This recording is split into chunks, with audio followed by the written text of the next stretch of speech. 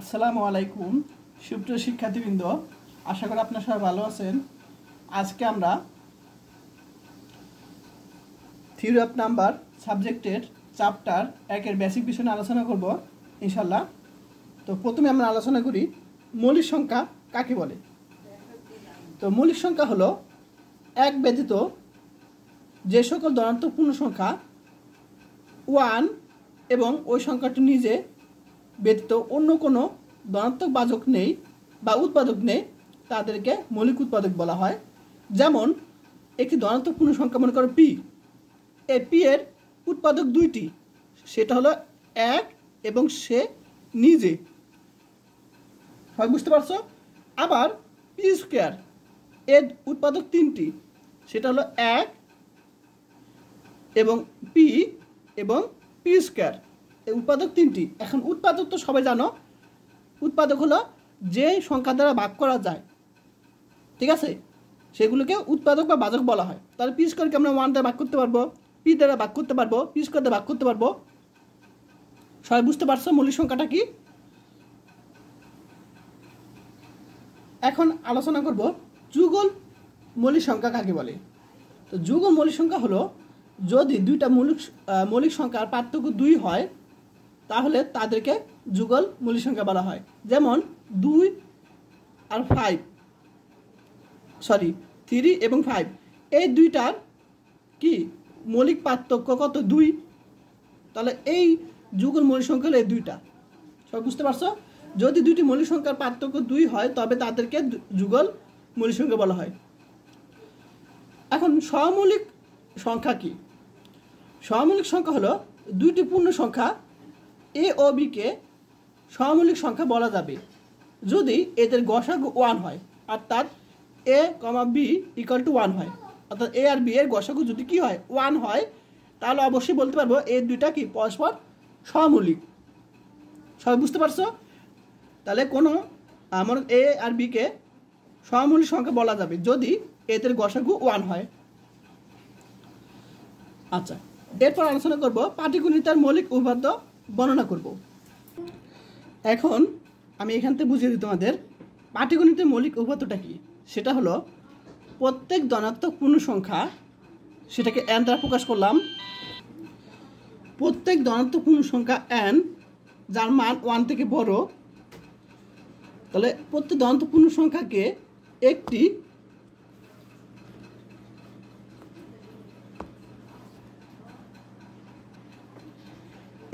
এবং কেবলমাত্র একটি উপায়ে মৌলিক সংখ্যা গুণফল হিসেবে প্রকাশ করা যায়। তার তোমার যদি প্রশ্ন আসে যে পাটিগণিতের মৌলিক উপপাদ্য কি, তখন আমরা বলবো যে কোনো একটা ধনাত্মক পূর্ণ সংখ্যাকে একটি এবং কেবল একটি উপায়ে যদি কি হয় আমাদের মৌলিক সংখ্যা গুণফল হিসেবে প্রকাশ করা যায়। যেমন এই যে এই একটা ধনাত্মক পূর্ণ সংখ্যা n, একটা ধনাত্মক পূর্ণ সংখ্যা এখানে বলছে কি n বলছে, সেটা কি দেখো এই যে মৌলিক সংখ্যা গুণফল আকারে প্রকাশ করা হয়েছে, সেটা দেখো একটি উপায়ে, ঠিক আছে। এখানে পি হোক কিউ হোক, পি দ্বারা যদি আমরা করি ক্যালকুলেশন বা কিউ দ্বারা যদি ক্যালকুলেশন করি, সেম একইভাবে আমরা লিখতে পারবো n equal to p1 p2 dot pr, আর কিউ এর ক্ষেত্রে বলতে পারবো q1 q2 ডট qs। তাহলে আমরা এটা দিব। এরপর বিভাজ্যতা এর সংজ্ঞা দাও। তা বিভাজ্যতা হলো একটি পূর্ণ সংখ্যা a অপর একটা পূর্ণ সংখ্যা b যার মান কি নট ইকুয়াল টু 0, তাহলে এর মান একটা যে কোনো ধনাত্মক পূর্ণ যে কোনো একটা পূর্ণ সংখ্যা, বি একটা পূর্ণ সংখ্যা কিন্তু 0 হতে পারবে না। তাহলে এ যদি বি দ্বারা বিভাজ্য বলা হবে, এ কে কি বি দ্বারা বিভাজ্য বলা হবে যদি এ ইকুয়াল টু বি কিউ হয়, যেখানে কি হলো পূর্ণ সংখ্যা। তাহলে একটি পূর্ণ সংখ্যা এ অপর একটি পূর্ণ সংখ্যা বি দ্বারা বিভাজ্য বলা হবে যদি এ ইকুয়াল টু বি কিউ হয়। তো এটা দ্বারা বোঝায় যে এ কে আমরা বি দ্বারা কি করব বিভাজ্য মানে ভাগ করব, যার মান হবে একটা পূর্ণ সংখ্যা হবে, যার মানে কি একটা পূর্ণ সংখ্যা হবে। এখন বিভাজ্যতার যে ভাগবিধি, এটাকে ভাগবিধি বলা হয় বা অ্যালগরিদম যেটা বলো না কেন, সেটা সূত্র হলো সংজ্ঞা হলো এ আর বি যে কোনো দুটা পূর্ণ সংখ্যা, দেখো এ আর কি দুটা বি দুটা পূর্ণ সংখ্যা যে কোনো, যেখানে বি নট ইকুয়াল টু 0, দেখো বি নট ইকুয়াল টু 0 হলে অনন্য পূর্ণ সংখ্যা কিউ ও আর পাওয়া যাবে। অনন্য কি কিউ ও আর পাওয়া যাবে যেখানে A equal to B Q plus R হয়। অর্থাৎ এ আর বি যদি যে কোনো দুটা পূর্ণ সংখ্যা হয় এবং বি নট ইকুয়াল টু 0 হয়, তখন অপর দুটি কী পাবে? অন্যান্য পূর্ণ সংখ্যা কিউ আর পাওয়া যাবে যেখানে A equal to B Q. দেখো একই জিনিস, শুধু কি হবে? প্লাস আর হবে। এই আরটা তোমার এখানে ভাগশেষ, আরটা কি ভাগশেষ, এও কিউটা হলো তোমার ভাগফল। সবাই লিখে রাখো, আর হলো ভাগশেষ, ভাগশেষ, কিউ হলো তোমার ভাগফল। এই যে আমরা যে ভাগফল পেয়েছি, ভাগফল,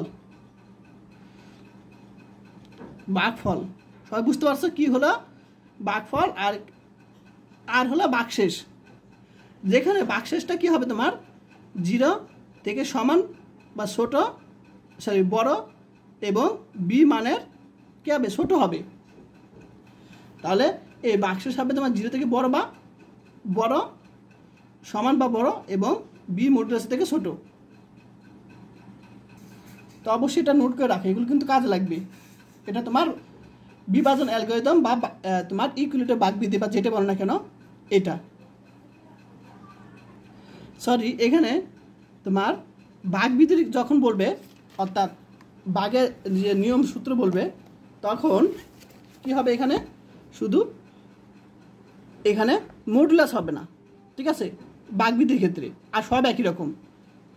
এখানে শুধু মডুলাস হবে না। তাহলে ভাগ যখন বলবে ভাগবিধি, তখন কি হবে? এখানে মডুলাস হবে না, বি মডুলাস। আর বিভাজন অ্যালগরিদমের ক্ষেত্রে কি হবে? মডুলাস হবে। এটি পার্থক্য, আর সবগুলো একই। অর্থাৎ বিভাজন অ্যালগরিদম আর ভাগবিধি একই রকম, শুধু এখানে এইটুক চেঞ্জ হবে। এরপর আলোচনা করব গণিক ফাংশন। গণিক ফাংশন কি? তো গণিক ফাংশনটা হলো যদি এম ও এন দুইটি পরস্পর মৌলিক সংখ্যা হয়, সহমৌলিক সংখ্যা হয়, তাহলে এম আর এন পরস্পর সহমৌলিক। এটা দ্বারা বোঝায় যে এম আর এন এর কী হবে? গসাগু 1 হবে। তাহলে এম ও এন যদি পরস্পর সহমৌলিক সংখ্যা হয়, অর্থাৎ এই দুইটার গসাগু 1 হয়, তবে সংখ্যাতাত্ত্বিক ফাংশন এফকে গণিক ফাংশন বলা হয় যদি f of m n equal to f of m into f of n হয়। সবাই বুঝতে পারছো? তাহলে এইটা কখন হবে? যদি এম আর এন সহমৌলিক হয়। পরস্পর সহমৌলিক হলে কিন্তু আমাদের কন্ডিশন মেনে চলবে, ঠিক আছে? তারপর গণিক ফাংশনের উদাহরণ। তাই গণিক ফাংশন কি কি মানে তোমার ধর্ম মেনে চলে, সেটা হলো তোমার টাউ, সিগমা, ফাই, এগুলো ধর্ম মেনে চলে। এইখানে টাউ এন হলো তোমার বাজক সংখ্যা, সিগমা এন এটা হলো তোমার বাজকের সমষ্টি, এবং ফাই এন হলো অয়লারের ফাংশন। সবাই বুঝতে পারছো? আচ্ছা, এরপর আসি যোগসিদ্ধ সংখ্যা কি। যোগসিদ্ধ সংখ্যা হলো কোনো একটা স্বাভাবিক সংখ্যা এন, তার এর সকল বাজকের সমষ্টি 2n এর সমান হয়, তবে এনকে যোগসিদ্ধ সংখ্যা বলা হয়। তুমি যদি ডাইরেক্ট বলো যে এনকে, তুমি এত কিছু না বলে ডাইরেক্ট যদি বলো যে এনকে যোগসিদ্ধ সংখ্যা বলা হবে যদি কি হয়? এদের সমষ্টি, এদের সমষ্টি, বাজকের সমষ্টি কত? Sigma N. বাজকের সমষ্টি মানে কি? Sigma N. এই যে বাজকের সমষ্টি, বাজকের সমষ্টি কার সমষ্টি? এন এর। এই যে এন এর বাজকের সমষ্টি মানে সিগমা এন বুঝায়। তাহলে কী হবে? এনকে যোগসিদ্ধ সংখ্যা বলা হবে যদি এন এর সকল বাজকের সমষ্টি অর্থাৎ সিগমা এন কি হয়? 2n এর সমান হয়। এটুকু ডাইরেক্ট দিলেও কি নাম্বার দিয়ে দিবে, এটা মেন পয়েন্ট।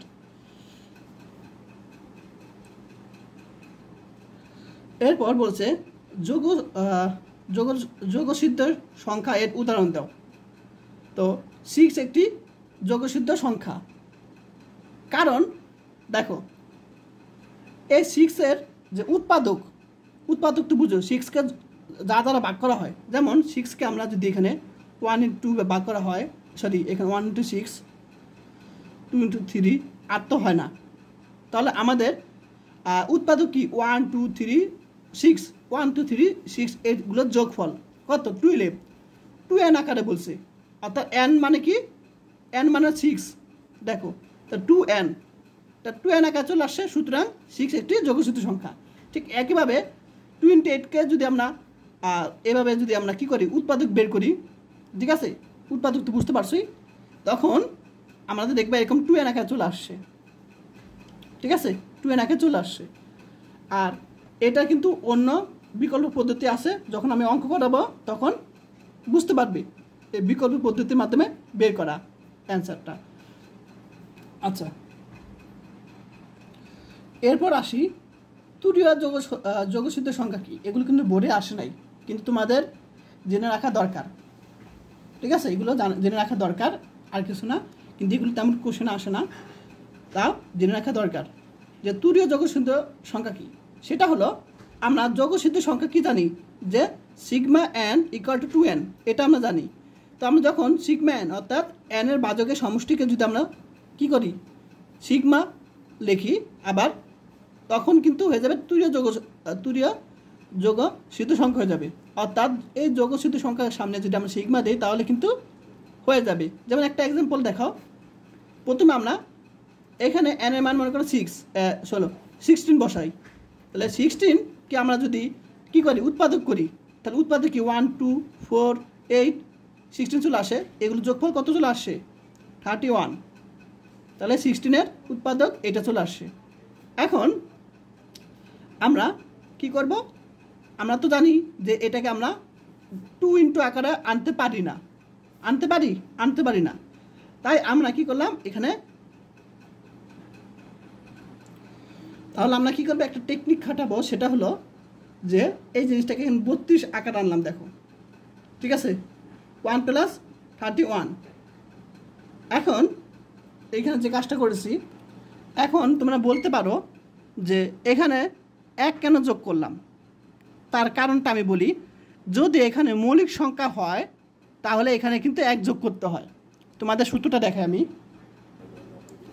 এই যে দেখো, যদি পি একটি মৌলিক সংখ্যা হয় তাহলে সিগমা পি হবে তোমার পি প্লাস 1 হবে, এই সূত্র দ্বারা আসছে এখানে। এগুলো কিন্তু খাতা নোট করে রাখো, এগুলো যদি তোমরা যদি পারো তাহলে তোমার জন্য ইজি হবে এইখানে। তাহলে এটা কি একটা মৌলিক সংখ্যা, তাহলে এটাকে আমি পি প্লাস এটা পি প্লাস 1, অর্থাৎ আমরা লিখতে পারি 32 লিখতে পারি। এই 32কে আমরা লিখতে পারি 2 ইন্টু কত লিখতে পারি তোমার 16 লিখতে পারি, সবাই বুঝতে পারছো? এখন এখানে আমি যে কাজটা করেছি সেটা দেখো, আমরা এটা সমান পেয়েছি কত 31 পেয়েছি, তাহলে এখানে সিগমা দিব, এখানে উপর পক্ষে দেখো সিগমা দিয়েছি, দেখো এখানেও সিগমা, এখানেও আমরা সিগমা দিয়েছি, সবাই বুঝতে পারছো? এটাকে সিগমা, এটাকে সিগমা দিয়েছি। এখন এটা সিগমা মান কত পেয়েছি 32 পেয়েছি, সে 32 মানে কি তোমার 2 ইন্টু 16, সুতরাং এত একটি তুরীয় যোগসূত্র সংখ্যা। এরপর তোমাদের যে বাজকের সংখ্যা সূত্র, এগুলি তোমাদের যখন অঙ্ক করাবো তখন আরও বিস্তারিত জানতে পারবে। এরপর বন্ধু সংখ্যা কি, ঠিক আছে, এটা তোমার খুবই ইম্পর্টেন্ট, এটা চলে আসে যে বন্ধু সংখ্যা হলো তোমার দুটি স্বাভাবিক সংখ্যা m ও n কে বন্ধু সংখ্যা বলা হয় যদি সিগমা m আর সিগমা n এর মান কী হবে, এই দুইটার এটার মান m প্লাস n এবং সিগমা n এর মান m প্লাস n হয়। অথবা এটা থেকে আমরা কি লিখতে পারি, অথবা আমি এটা থেকে কি লিখতে পারি এটা আমি বুঝিয়ে দিই। তাহলে সিগমা n যদি কি হয় m প্লাস n হয়, অথবা আমরা এখান থেকে লিখতে পারি m লিখতে পারি। তারপর আমরা যে কাজটা করছি সেটা হলো এই mটা আমরা নিচ্ছি, তাহলে আমরা mটা এবার নিয়ে আসবো, তাহলে মাইনাস হয়ে যাবে n হবে। তাহলে দেখো এই জিনিসটা মানে এই জিনিসটা। আবার আমি যদি এটা সমান এটা ধরি, তাহলে এখানে এন আছে, এনটা আনবো, এম হয়, এই যে এটা হয়। সবাই বুঝতে পারছো? এটাকে বন্ধু সংখ্যা বলা হয়। এরপর আমরা শিখব মার্সেন সংখ্যা কি। তাহলে পি যদি মৌলিক সংখ্যা হয় তাহলে 2p-1 আকারের যে কোনো সংখ্যাকে বলা হয় মার্সেন সংখ্যা বলা হয়। এগুলো যদি তোমরা পারো কিন্তু তোমাদের জন্য খুবই ইজি হয়ে যাবে চ্যাপ্টারটা। এটা লিখে রাখো। তারপর ফার্মার সংখ্যা কি? তো ফার্মার সংখ্যা হলো 2 পাওয়ার n নিচে +1 আকারের কি সংখ্যাকে ফার্মার সংখ্যা বলা হয়। তো এই জিনিসটাকে আমরা কী দ্বারা প্রকাশ করব? fn দ্বারা প্রকাশ করব। এখানে কি আছে এটা তো সবাই বুঝতে পারছো, 2n +1 এটাকে বলা হয় তোমার ফার্মার সংখ্যা বলা হয়। এরকম আকার সংখ্যাকে ফার্মার সংখ্যা বলা হয়। তারপর প্রথম 5টি ফার্মার সংখ্যা বলছে, তাহলে আমরা ফার্মার সূত্র জানি এটা। তাহলে প্রথম 5টি এখানে প্রথমে 0 বসাবো, এখানে প্রথমে আমরা 0 বসায় দেখব 3 পাবো, এখানে 1 বসাবো 5 পাবো, তারপর 2, তারপর 3, এ পর্যন্ত আমরা 4 বসালে কি 5টা সংখ্যা পাবো, 1টা 2টা 3টা 4টা 5টা পাবো। তো ফার্মার সূত্র জানলে কিন্তু প্রথম 5টা সংখ্যা আমরা বের করতে পারবো ইজি পাবে। এরপর দেখো হলো তোমার বৃহত্তম পূর্ণ সংখ্যা ফাংশন কি। বৃহত্তম পূর্ণ সংখ্যা ফাংশন, তো বৃহত্তম পূর্ণ সংখ্যা ফাংশন হলো, মনে করি এক্স একটা বাস্তব সংখ্যা।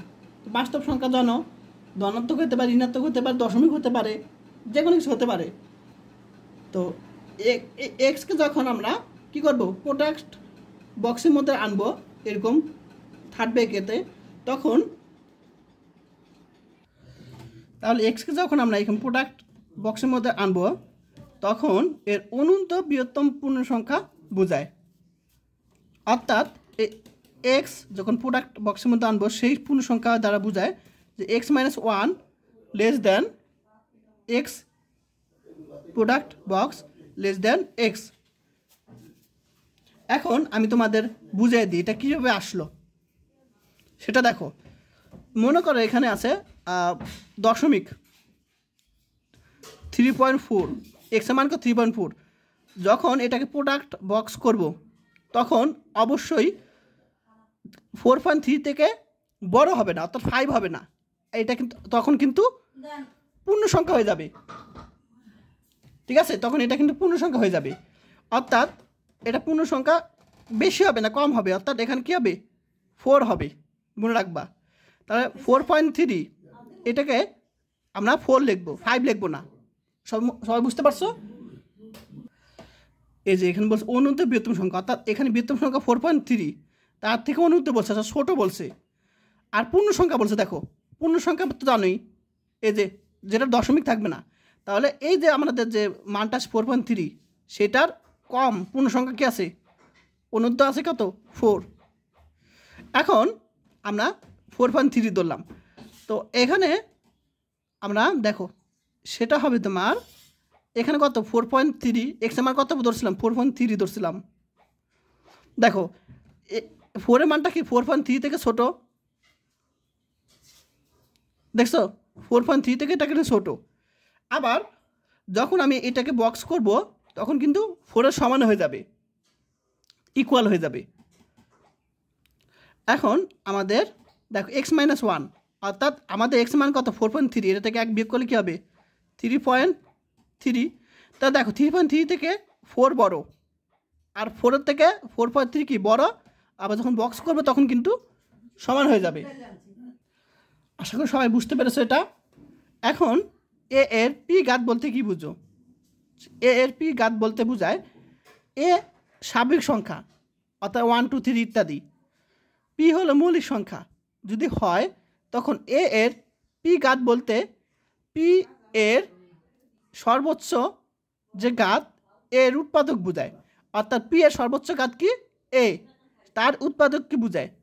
একে আমরা প্রকাশ করব গামা পি অফ এ দ্বারা প্রকাশ করব। দেখো তাহলে এই যে এখানে বলছে যদি পি এর সর্বোচ্চ ঘাত কত, এন, ঠিক আছে? তাহলে পি এর সর্বোচ্চ ঘাত এন, অর্থাৎ পি এর উপরে কি আছে, এন আছে। সেই এনটা কি তোমার এর উৎপাদক হয়। ঠিক আছে, তাহলে এই যে আমরা যে পি এর যে সর্বোচ্চ ঘাত যে পেয়েছি, এই যে পি এর যে সর্বোচ্চ ঘাত, পি এর যে সর্বোচ্চ ঘাত যদি এর উৎপাদক হয়, তাহলে এর উৎপাদকটা কি পি এর সর্বোচ্চ ঘাত। দেখা যায় পি এর সর্বোচ্চ ঘাত, তাহলে পি সর্বোচ্চ ঘাত আমরা ধরলাম পি পাওয়ার এন, সেটা এর যদি উৎপাদক হয় তখন আমরা বলতে পারবো gamma P A equal to n, আমি বলতে পারবো। তো এটার দ্বারা অঙ্ক আছে তোমাদের, আমি একটু দেখিয়ে দিই। দেখো এই যে অঙ্ক, তো আমরা সূত্র জানি কি, আমরা জানি সূত্র of A equal to N জানি, যেখানে এ হলো স্বাভাবিক সংখ্যা, পি হলো মৌলিক সংখ্যা, এন হলো তোমার কি তোমার এটাও কিন্তু একটা পূর্ণ সংখ্যা, এনও একটা পূর্ণ সংখ্যা হবে। এখন আমরা এটা তো সূত্র জানি, তাহলে আমরা এখানে 40কে যদি আমরা এভাবে লিখতে পারি, দেখো আমরা 40কে কিন্তু এভাবে আমরা লিখতে পারি, এটা ভেঙে। এখন বলতে পারো কীভাবে, দেখো 40কে আমরা যদি কী আনবো এখানে এরকম লিখতে পারি 5 ইন্টু 3 আনতে পারি। দেখো এখানে এই যে 2 এর উপর কী আছে 3 আছে, 3টা মানে কি এন। এই যে আমরা জানি কি যে পির উপর এন থাকে, এই যে পির উপর এন, তাহলে এই পি হলো তোমার 2 হলো মৌলিক সংখ্যা, তাহলে এখানে 2 হলো মৌলিক সংখ্যা পি, আর 3 হলো এন, সবাই বুঝতে পারছো মৌলিক সংখ্যা। এবং আমাদের এই যে এখানে যে অংশটা আছে, আমরা যাকে করব আমরা 40কে করবো, ভেঙ্গি করছি, তাহলে 40টা হলো তোমার এ, এটা হলো এ, তাহলে আমরা এখানে মান বসে দিব, পি এর মান বসে দিব, পি এর মান কত এখানে 2, তারপর এখানে এর মান 40, তারপর এখানে এন ইকুয়াল এন, এন এর মান কত পেয়েছি 3 পেয়েছি। আবার আমি এই জিনিসটাকে একটু ক্যালকুলেশন করে দেখি, সেটা হলো আমি যদি এখানে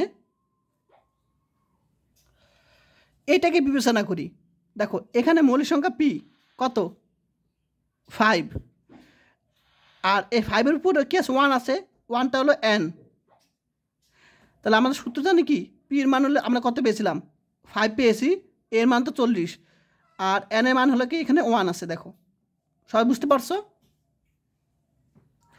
আবার তুমি এটার সাথে আমরা কি করতে পারি, গুণ করতে পারি, 3 0 লিখতে পারি, কারণ 3 উপর পাওয়ার 0 মানে 1। এখন এই 3 কি তোমার মৌলিক সংখ্যা, অর্থাৎ আমরা মৌলিক সংখ্যাগুলি নিতে পারি, 2 3 4 5 7 নিতে পারতাম 0 রেখে, ঠিক আছে আমরা নিতে পারতাম। তো এখানে পি হলো তোমার 3, এ হলো 40, আর এন এর মান দেখো এখানে 0। একইভাবে যদি আমরা 7টা গুণ করতাম 7 0, একইভাবে এরকম চলতে থাকতো, এটা একই রকম। সবাই বুঝতে পারছো। এরপর আলোচনা করি যে সিগমা 2 অফ 10। এখন সিগমা 2 অফ 10 হলো এই 10-এর ভাজকগুলো আমরা পাবো। 10-এর ভাজক কি 1 2 5 10, অর্থাৎ 1কে আমরা এই সংখ্যাগুলোতে ভাগ করতে পারি 1 2 5 10। এখন আমাদের সমষ্টি বলছে, সমষ্টি মানে যোগ, 1 এর যোগ করতেছে, সমষ্টি মানে যোগ। এখন এখানে 2 আছে দেখো, তাহলে আমরা পাওয়ার কি লিখবো 2 লিখবো। এখানে যদি পাওয়ার 3 থাকে তাহলে 3 লিখতে হবে এরকম আমরা, তাহলে আমরা এরকম পাবো কত 130 পাবো, এটুক লেখা দরকার নাই। আর যদি যে এখানে দেখো তুমি চাইলে এটাও লিখতে পারো, ঠিক আছে। এখানে ডি মানে কি বাজক সংখ্যা বোঝায়, ডি মানে বাজক সংখ্যা, ঠিক আছে। তুমি ডাইরেক্ট এটা না লিখে এটাও লিখতে পারো, আর এটা বিকল্প নিয়ম আছে, তো যখন অঙ্ক করবে তখন বুঝতে পারবে। আচ্ছা এখন এটা সবাই বুঝতে পারছো। এখন 24কে কতভাবে দুটি পরস্পর মৌলিক উৎপাদকে গুণফলে প্রকাশ করা যায়, 24কে কতভাবে। এখন দেখো 24, এটাকে যদি আমরা কি করি তোমার লসগু করি 24, তাহলে আমরা এখানে পাবো 2 দ্বারা এখানে পাবো কত 12, 2 দ্বারা পাবো এখানে 6, 2 দ্বারা পাবো এখানে 3, তাহলে এখানে 2 কয়টা 3টা, আর ইন্টু 3 পাবো। এগুলো কিন্তু মৌলিক আকারে দেখছো,